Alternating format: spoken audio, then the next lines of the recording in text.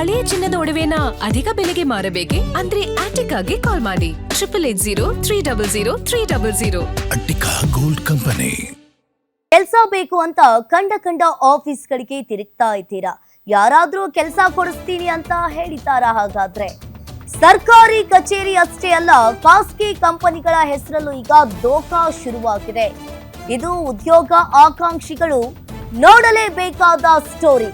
ಸರ್ಕಾರಿ ಕಚೇರಿ ಅಷ್ಟೇ ಅಲ್ಲ, ಖಾಸಗಿ ಕಂಪನಿಗಳಲ್ಲೂ ಇದೇ ಆಗ್ತಾ ಇದೆ.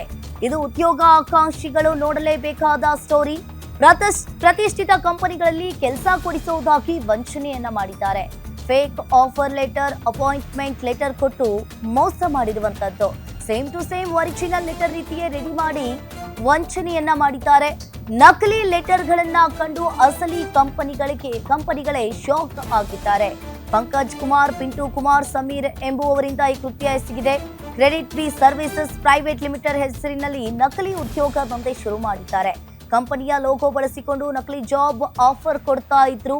ಇನ್ನು ಆಫರ್ ಲೆಟರ್ ಪಡೆದು ಕೆಲಸಕ್ಕೆ ಬಂದಾಗ ವಂಚನೆಯ ಪ್ರಕರಣ ಇದು ಬೆಳಕಿಗೆ ಬಂದಿದೆ.